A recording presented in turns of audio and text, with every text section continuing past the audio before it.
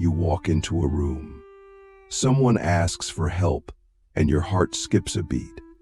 Not because you don't want to help, but because you already know you'll say yes, even if you're exhausted, even if it's unfair, even if something inside you screams no. You'll smile, nod, and offer your time, energy, and presence. And later, alone with your thoughts, you'll wonder why you keep doing this, why it's so hard to say no, why your boundaries crumble like sand every time someone else's needs appear. This is not a small issue. It's a silent epidemic. The inability to say no is not just about politeness or kindness. It's a deeply rooted psychological pattern, one that touches identity, self-worth, fear, and survival. We are not just saying yes to others, we are saying no to ourselves. And over time, that inner betrayal becomes a wound, a quiet erosion of self-trust, a life built on compliance instead of authenticity. We say yes because we were trained to, sometimes by culture, sometimes by trauma, sometimes by love that was conditional. We were taught that being good means being agreeable, that saying no is selfish, that if we disappoint others, we will be unloved, unwanted, unsafe. And so we become performers, pleasers, peacekeepers, always giving, rarely receiving, always available, never free. But here's the truth. Saying no is not rejection. It is protection. It is the act of choosing alignment over approval. And without it, we lose ourselves. As the philosopher Epictetus said, no man is free who is not master of himself. If you cannot say no, you are not in control of your own life. You are not living, you are reacting, trapped in a web of silent obligations, invisible contracts, and unspoken resentment. Think about this. How many times have you said yes with your mouth and no with your soul? How many times have you smiled while dying inside? And how long can a person live like that before they forget who they are? This is the real cost of people-pleasing. Not just burnout, not just exhaustion, but identity loss. The gradual disappearance of your truth under the weight of everyone else's expectations. Let's go deeper. Why is no so difficult? Because it triggers fear. Fear of conflict, fear of guilt, fear of being seen as rude, arrogant, ungrateful. But deeper than that, it touches the fear of abandonment. To say no is to risk being left, to risk being disliked. And for many of us, that feels like death. As children, we learned that love was earned through obedience, that saying yes made us good, and that goodness was the currency of survival. Click subscribe to this channel to get more profound insights. But survival is no longer the goal. Now the goal is sovereignty, freedom, wholeness. And that begins with reclaiming your no. Not as a weapon, but as a boundary. Not as selfishness, but as self-respect. Imagine a life where your yes means yes and your no means no. Where your words align with your values. Where your time belongs to you again. That life is possible, but only if you're willing to disappoint others in order to stop betraying yourself. Here's the mystical moment.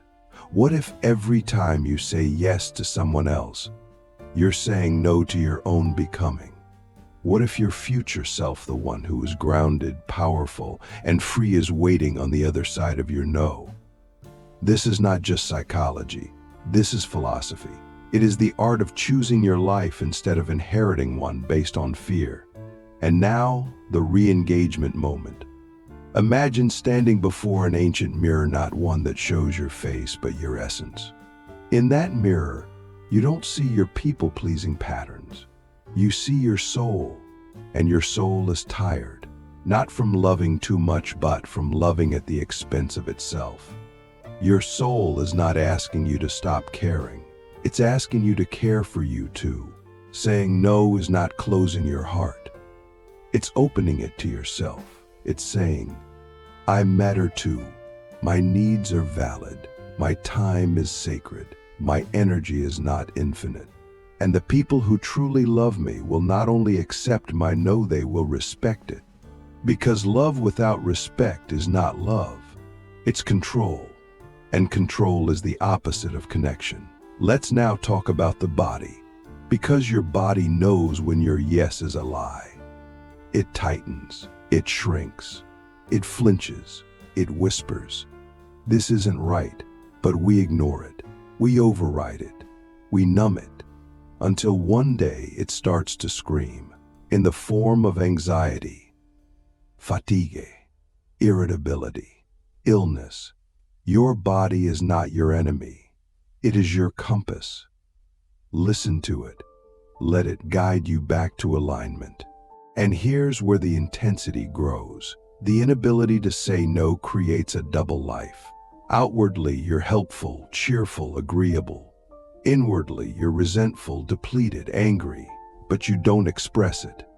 Because anger is not allowed, and so it festers. It turns inward. It becomes self-judgment, self-hate, depression, until one day you explode or collapse. And no one understands why, because you were always smiling. But what if anger is not bad? What if anger is sacred? What if it's the part of you that still remembers your worth, that refuses to be silenced forever? As Aristotle said, anybody can become angry. That is easy. But to be angry with the right person, to the right degree, at the right time, for the right purpose, and in the right way, that is not within everybody's power. Anger, when understood, becomes power. It becomes boundary. It becomes truth. So here's a deep question. Who taught you that saying no is wrong? Whose approval are you still chasing? And what would happen if you stopped chasing it? Would you still be loved? Would you still be loved? Or would you finally belong to yourself?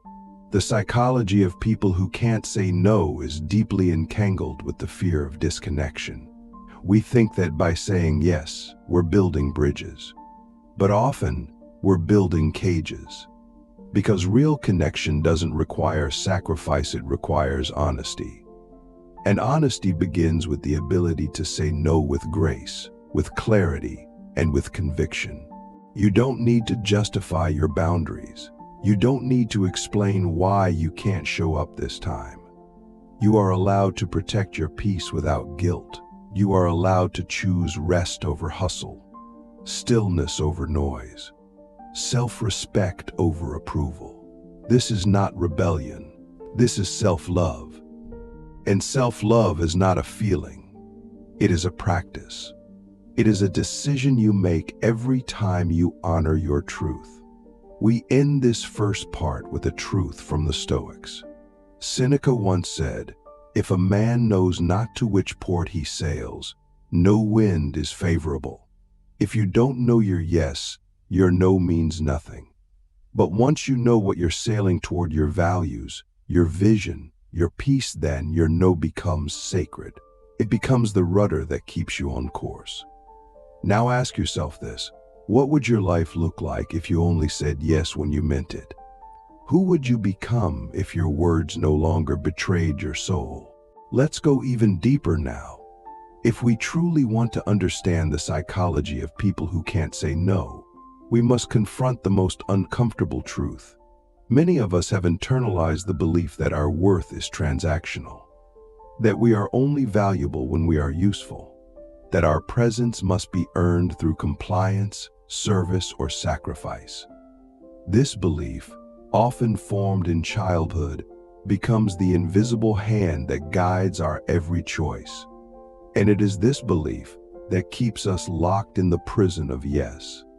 Think back. Can you remember the first time you felt that love had to be earned? That being agreeable made you safer? Maybe it was a parent who only showed affection when you obeyed, a teacher who praised you only when you were quiet and helpful, a friend group that made you feel needed but never truly seen.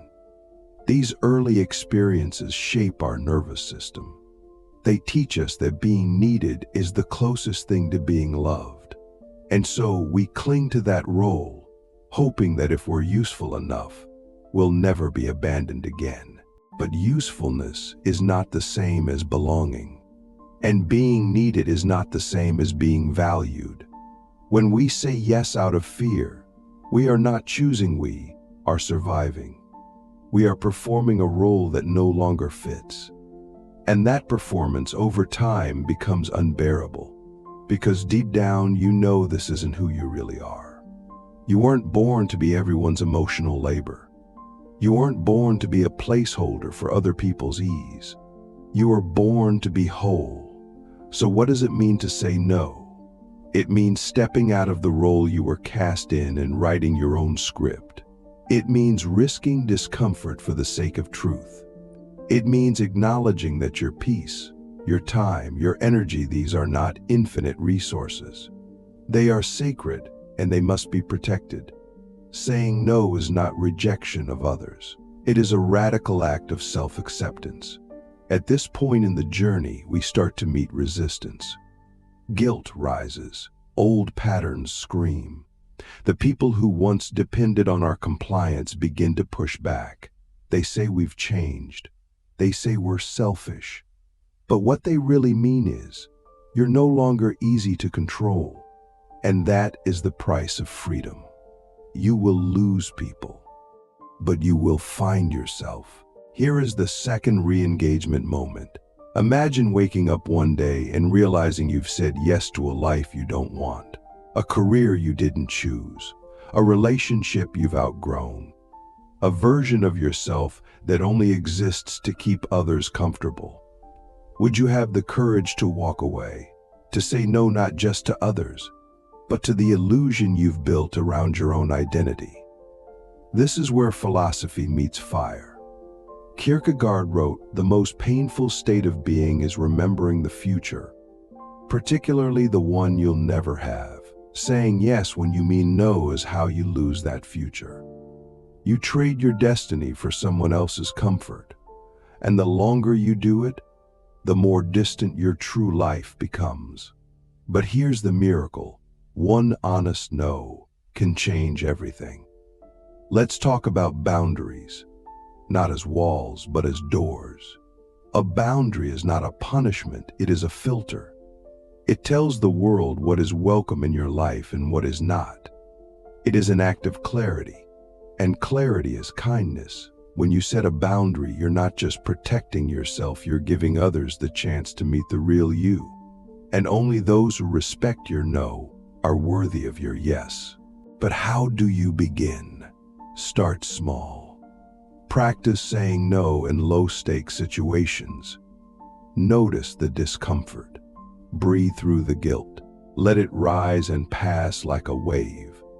Remind yourself guilt is not a sign of wrongdoing. It is a residue from your conditioning.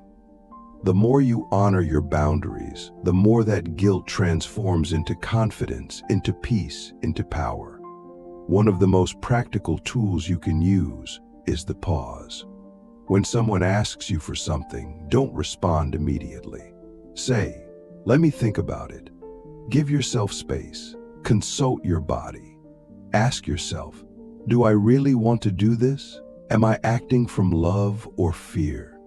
Every time you pause, you create a crack in the old pattern. And through that crack, freedom enters. Here's another deep question.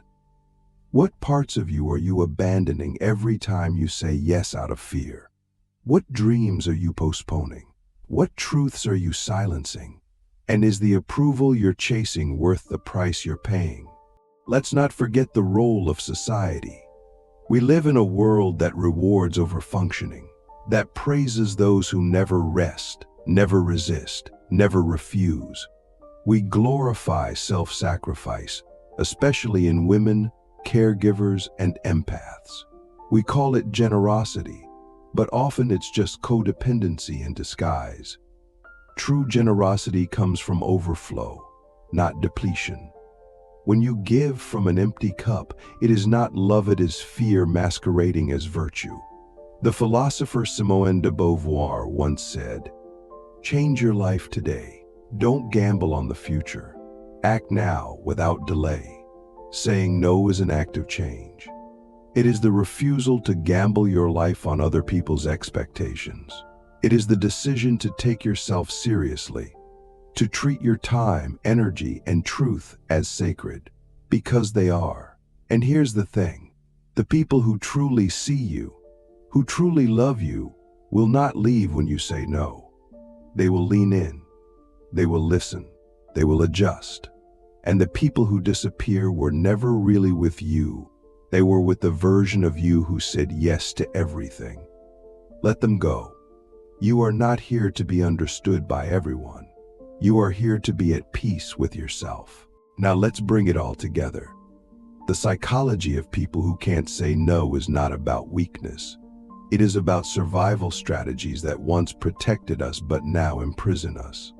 It is about fear of abandonment, confusion between love and duty, and the deep desire to be enough. But healing begins the moment we realize that every no is a yes to something greater. To our peace, to our peace, to our dreams, to our truth. So how do we end this journey? With a question, of course, one that only you can answer. What would your life look like if you said yes only to what truly aligns with your soul? Who would you become if your no was as sacred as your yes? And are you finally ready to choose you? You are not selfish for setting boundaries. You are not mean for protecting your energy. You are not broken for needing space. You are human, and your no is holy.